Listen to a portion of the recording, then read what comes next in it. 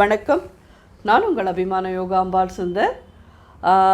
இன்றைக்கி என்ன பார்க்க போகிறோம்னா, இது நிச்சயமாக நம்மளுடைய ப்ளேலிஸ்ட்டில் ஆல்ரெடி நம்ம பண்ணியிருக்கோம். வரிசையாக பார்த்தேன்னா ப்ரெக்னெண்ட்டாக இருக்கிற குழந்தைகளுக்கு பிரசவிச்சதுக்கு அப்புறமா கொடுக்கக்கூடிய இதெல்லாம் பற்றி நம்ம சொல்லியிருக்கோம். அந்த இதில் ப்ளேலிஸ்ட்டில் பார்த்தீங்கன்னா நமக்கு அங்காயப்பொடி வேறு ஒரு இதில் போயிடுது. ஸோ தனியாக அங்காயப்பொடி எடுக்க முடியல. ஸோ அதனால் இந்த அங்காயப்பொடியை தனியாக பண்ண போகிறோம். அதுக்கப்புறமா இந்த இதுலேயே என்ன பண்ண போகிறேன்னா, அதாவது கர்ப்பமாக இருக்கிறதே உடல் சூடு ஜாஸ்தியாக இருக்கும் அந்த குழந்தைகளுக்கெல்லாம் எப்பயுமே. அப்போது திடீர்னு வயிற்று வலிக்கிறது, அடி வயிற்று வலிக்கிறது, ஒரு 7-8 மாதத்துக்கு அப்புறமாவே அடிக்கடி சொல்லுவாள். அடி வயிற்று வலிக்கிறது, முதுகு இடுப்பில் வலிக்கிறது, ஒரு மாதிரி ரொம்ப அனீஸியாக இருக்குது அப்படின்னு. நம்ம எல்லோரும் உடனே டென்ஷன் ஆகிடும், பதறுவோம். ஆனால் பழைய நாளில் இதுக்கு என்ன பண்ணுவான்னா, ஒரு ஜீரக கஷாயம் ஒன்று பண்ணுவாள். ஸோ அந்த ஜீரக கஷாயத்தை எப்பயும் நான் எப்படி பண்ணுவேனோ அது மாதிரி நான் உங்களுக்கு பண்ணி காமிக்கிறேன். அதை பண்ணிவிட்டு சுவாமிகிட்ட வச்சு சுவாமி விபூதியும் போட்டு அந்த குழந்தைகளுக்கு கொடுத்தேன்னா குடித்ததுக்கப்புறமா அந்த உடல் சூடு தணிஞ்சு அந்த வயிற்று வலி கம்மியாகும் கண்டிப்பாக. இந்த மாதிரி நேரத்தில் ப்ரெக்னெண்ட்டாக இருக்கிறதே உடம்பு சூடு ஜாஸ்தியாக இருக்கிறதுனால இளநீர் நிறைய வாங்கி கொடுங்கோ, ஜூஸஸ்லாம் கொடுங்கோ குழந்தைகளுக்கு. யாராலெல்லாம் முடியுமோ அதெல்லாம் கண்டிப்பாக பண்ணலாம். அப்படி இல்லை மோர் சாப்பிட்றோம், தயிரை விட மோர் ரொம்ப ரொம்ப நல்லது. ஏன்னா தயிர் உடம்பு சூடு, மோர் நல்ல ஒரு குளிர்ச்சியான இதை கொடுக்கக்கூடியது. பழைய நாளெல்லாம் பார்த்தீங்கன்னா எங்களுக்கெல்லாம் நீராகாரம் சொல்லிட்டு இந்த பழைய சாதத்தில் தண்ணி விட்டு வச்சுருப்பா. அதில் கொஞ்சம் மோரை கலந்து உப்பு போட்டு அதை குடிக்க சொல்லுவாள். உடம்பு சூடு தனியாக இருக்கும் அப்படின்னு சொல்லிட்டு. ஸோ இந்த நாளில் பழைய சாதம்னாலே என்னதுன்னு கேட்குறதா நிறைய பேர் இருக்கா. ஆனால் அதெல்லாம் தான் ஒரு பெரிய பலம். தெரியல அதோட அருமையெல்லாம், அவ்வளோதான். நீங்களாம் சாப்பிட்டு பார்த்தேன்னா உங்களுக்குலாம் தெரியும். ஸோ நம்ம இன்றைக்கி ஃபஸ்ட்டு என்ன பார்க்க போகிறோன்னா, இந்த அங்காயப்பொடி எப்படி பண்ணுறதுன்னு பார்க்கலாம்.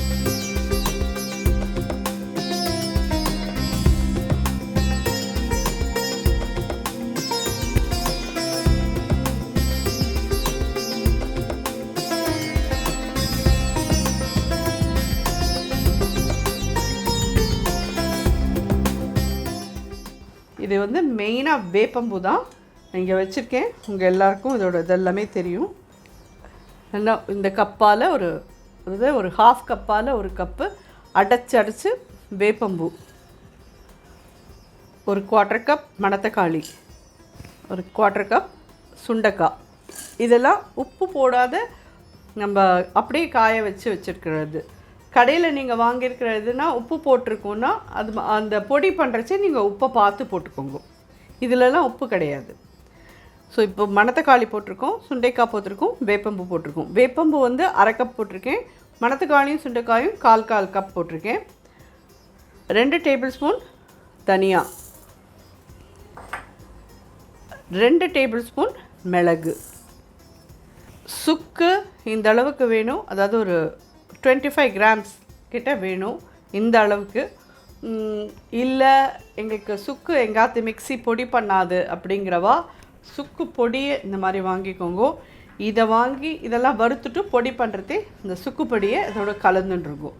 உங்களுடைய சௌகரியம், உங்களுடைய மிக்ஸி எப்படி வேலை செய்யுன்றதை பொறுத்து நீங்கள் இது பண்ணிக்கோங்க. அதே மாதிரி புலப்பெத்த குழந்தைகளுக்கு கொடுக்குறேன்னா இதில் மிளகு மட்டும் போகிறோம். மிளகாவத்தல் சின்னதாக தான் எடுத்திருக்கேன், 2 ஒரு பார்க்கணும். ஒரே 1 ஸ்பூன் துவரப்பருப்பு பைண்டிங்க்கோசரம் போடுறேன். இதெல்லாம் ட்ரை ரோஸ்ட்டு தான். இதில் நான் பெருங்காயத்தையும் நல்லா கொஞ்சமாக எண்ணெய் விட்டு பொரித்து எடுத்து இதில் ஆட் பண்ணிப்பேன். ஏன்னா பெருங்காயமும் இதில் வேணும்.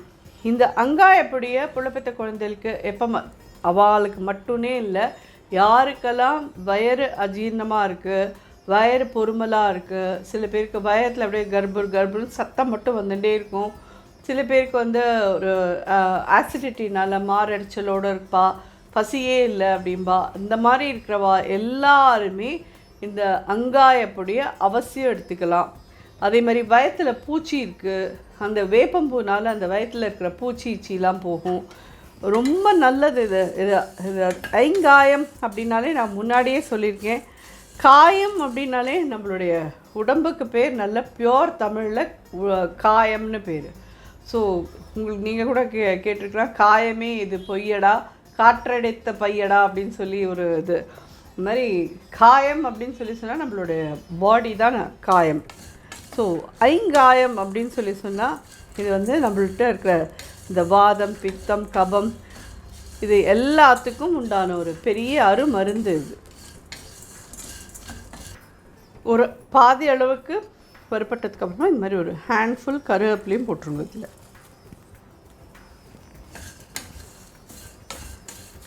இதில் இருக்கிற எல்லா ஐட்டமுமே ரொம்ப உங்கள் எல்லாருக்குமே தெரியும்.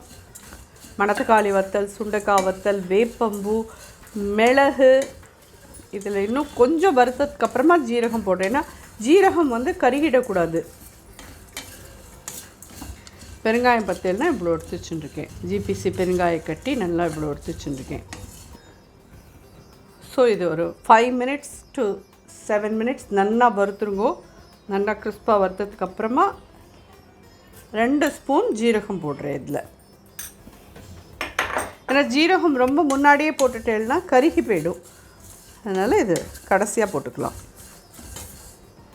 இதில் கல்லுப்பு போட்டு நல்லா, கல்லுப்பில் ரொம்ப ஈரம் இருக்கிற மாதிரி இருந்ததுன்னா கல்லுப்பையும் வறுத்துருங்கோ. வறுத்துட்டு போட்டு பொடி பண்ணிக்கோங்க. இல்லை நாங்கள் பொடி உப்பே யூஸ் பண்ணிக்கிறோம்னா உங்களுடைய சௌகரியம், உங்களுக்கு எது இருக்கோ அதுக்கு தகுந்த மாதிரி நீங்கள் பண்ணிக்கோங்க. பார்த்தீங்கன்னா கருவேப்பிலை எல்லாமும் நல்லா நம்ம எப்படி ஃப்ரெஷ்ஷாக போட்டோம், இந்த வறுப்பட்ட இதில் நல்லா சுருங்கிருக்கு பாருங்க. இது எல்லாமே சேர்ந்து இது மாதிரி வறுக்கிறதே ஒரு 8 to 10 minutes ஈஸியாக ஆகும்.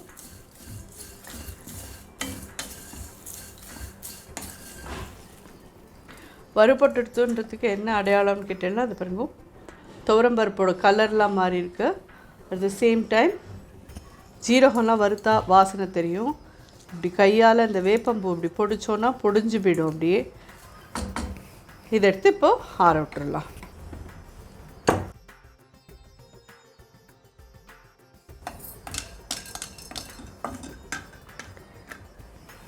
ஸோ இது இப்படியே கூட பொரியறதுன்னா, ஸோ நான் நல்லா இதை இப்படியே பொரிச்சு போட்டுறேன் ட்ரையாகவே.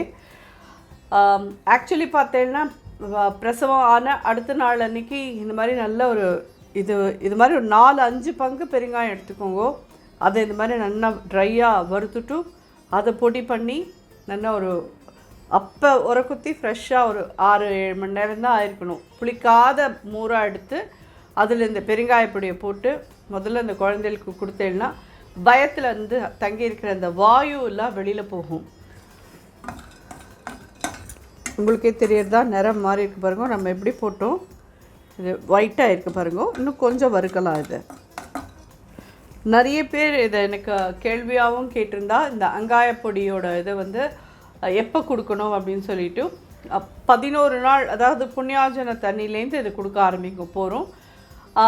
2 வேளையுமே கொடுக்கலாம். காத்தால் சாப்பிட்றதே, அதாவது மத்தியானம் லஞ்ச் போடுறேன் பார்த்தீங்களா, லஞ்ச் சாப்பிட்றதுக்கு முன்னாடி ஒரு இத்தினூண்டு சாதம் எடுத்து, சூட சாதம் எடுத்துன்னு அதில் இது ஒரு 2 ஸ்பூன் போட்டுன்னு நெய்யை விட்டு பிசைஞ்சு முதல்ல இதை 2 வாரம் சாப்பிட்ற சொல்லுங்க.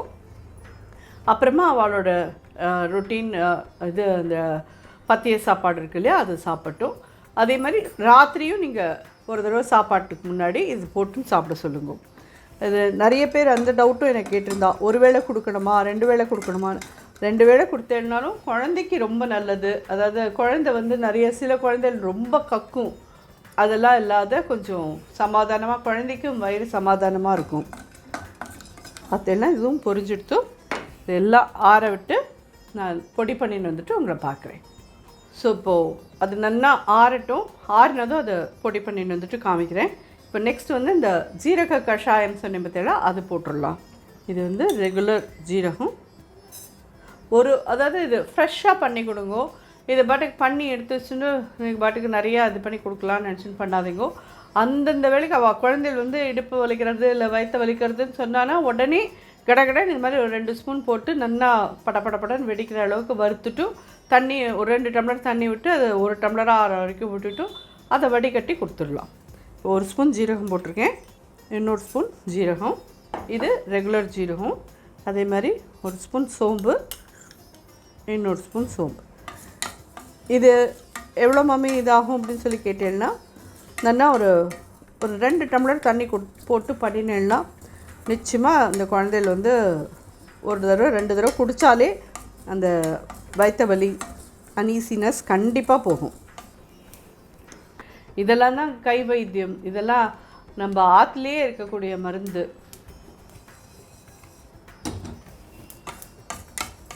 கேட்கும்னு நினைக்கிறேன். இது எப்படி படப்படன்னு வெடிக்கிறது பாருங்க. கொஞ்சம் நிறம் மாறணும். தெரியுறதா உங்களுக்கு? நிறம் மாறி இல்லை 2 டம்ளர் தண்ணி விட்டுருக்கேன். ஜென்ரலாக வந்து இதில் நான் பனங்கல்கண்டு தான் யூஸ் பண்ணுவேன். நீங்கள் பனங்கல்கண்டு யூஸ் பண்ணுறேன்னா பண்ணுங்கோ, இல்லை சுகர் போட்டுக்கிறேன்னா போட்டுக்கோங்கோ, இல்லை தேன் விட்டுக்கிறேன்னாலும் உங்களுடைய சௌகரியம். வெல்லம் போட வேண்டாம், ஏன்னா வெல்லத்தில் வந்து இன்னும் கொஞ்சம் சூடு ஜாஸ்தி. அது வந்து இது சூட்டை இறக்கணும், வலி இறக்கணும்னு சொல்லி நம்ம நினைக்கிறச்சே வெல்லத்தை யூஸ் பண்ணோன்னா அது இன்னும் ஜாஸ்தியாகும். ஸோ அதனால் பனங்கல்கண்டு இல்லைன்னா சர்க்கரை இல்லைன்னா தேன், இதில் எது வேணால் நீங்கள் யூஸ் பண்ணிக்கோங்க. உங்களுக்கு சௌகரியம் எப்படி என்ன கிடைக்குமோ அதுக்கு தகுந்த மாதிரி பண்ணிக்கோங்க. இதில் வந்து 1 டேபிள் ஸ்பூன் பனங்கல்கண்டு போடுறேன். தண்ணி கொதிக்க ஆரம்பிச்சதும் நம்ம வறுத்து வச்சது அதில் போட்டுடலாம். ஸோ தண்ணி கொதிக்கிறது, வறுத்தது இதில் போட்டுடலாம். இது எல்லாமே நல்லா சேர்ந்து ஒரு 5 minutes to 10 minutes கொதிக்கட்டும். 5 minutes to 7 minutes கொதிச்சா கூட போகிறோம். பார்த்தீங்கன்னா நல்லா ஜோராக கொதிச்சிருக்கு, நல்லா குறைஞ்சிருக்கு. உங்களுக்கு இந்த கஷாயத்தோட இதை எடுத்தாலே கலரே எப்படி தெரியுறது பாருங்க. தெரியுறதா? நம்ம 2 டம்ளர் தண்ணி விட்டோன்னா அது 1.5 டம்ளராவது ஆகட்டும். அதே மாதிரி நெய் வந்து கடையில் வாங்கின நெய் அதில் விடாதீங்கோ. வெண்ணெயை வாங்கி ஆற்றுல காய்ச்சி அதில் ஒரு ஸ்பூன் நெய் விட்டேன்னா தான் அது நல்லாயிருக்கும். சௌரியப்படலை, எங்களுக்கு வெண்ணெய் கிடைக்காதுங்கிறவா ஒன்றும் பண்ண முடியாது. நெய் கிடச்சிதுன்னா நெய்யை வாங்கி விடுங்கோ. நான் சொன்னேன் ஒரு வார்த்தைக்கு, அவ்வளோதான். எங்களுக்கு கிடைக்காது மம்மி, நாங்கள் என்ன பண்ணுறது, நாங்கள் இருக்கிற இடத்துல வெண்ணெய் கிடைக்காதுங்கிறவாளுக்கு ஒன்றும் பண்ண முடியாது. நெய்யாக கிடச்சிதுன்னா நெய் வாங்கி விடுங்க. 1 ஸ்பூன் நெய் அதில் விட்டு சாப்பிட்டா தான், அதாவது இதெல்லாம் வந்து நார்மல் டெலிவரிக்கு வழி பண்ணக்கூடிய ஒரு இது. அதனால் கூடிய மட்டும் இந்த நாளில் நார்மல் டெலிவரிக்கு எல்லோரும் முயற்சி பண்ணுறது நல்லதுன்னு நான் நினைக்கிறேன். ஸோ இது ரெடி ஆகிடுத்து. அடுப்பை அணைச்சிடுறேன். உங்களுக்கே பார்த்தா தெரியும். இந்த மாதிரி ஒரு டம்ளர் எடுத்துக்கோங்க.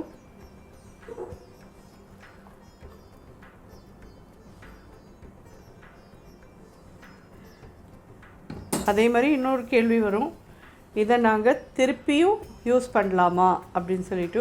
இதில் யூஸ் பண்ண முடியாது. இதை வந்து நீங்கள் அப்படியே த்ரோ பண்ண வேண்டியதான். ஏன்னா இதில் இருக்கிற சத்தத்தனையும் நம்ம கொதிக்க விட்ட இந்த இதில் வந்துடுத்து. 1 ஸ்பூன் நெய். இதில் சாமி விபூதி, சுவாமிகிட்ட இதை கொண்டு போய் அப்படியே வச்சுட்டு சுவாமி விபூதியை போட்டு அதில் இருக்க பிரசவம், அதாவது ப்ரெக்னெண்ட்டாக இருக்கிற குழந்தைக்கு கொடுங்க. இடுப்பு வலி எடுத்து ஹாஸ்பிட்டல் போகிறதுக்கு முன்னாடி கூட கண்டிப்பாக இதை ஒரு தடவை கொடுத்துட்டு ஹாஸ்பிட்டல் கழிச்சுன்னு போங்க. எல்லா குழந்தைகளுக்கும் நிச்சயமாக சுகப்பிரசவம் ஆகி ஆரோக்கியமாக நல்லா இருக்கணும்னு காமாட்சிகிட்ட நானும் வேண்டிக்கிறேன். நன்றி, வணக்கம்.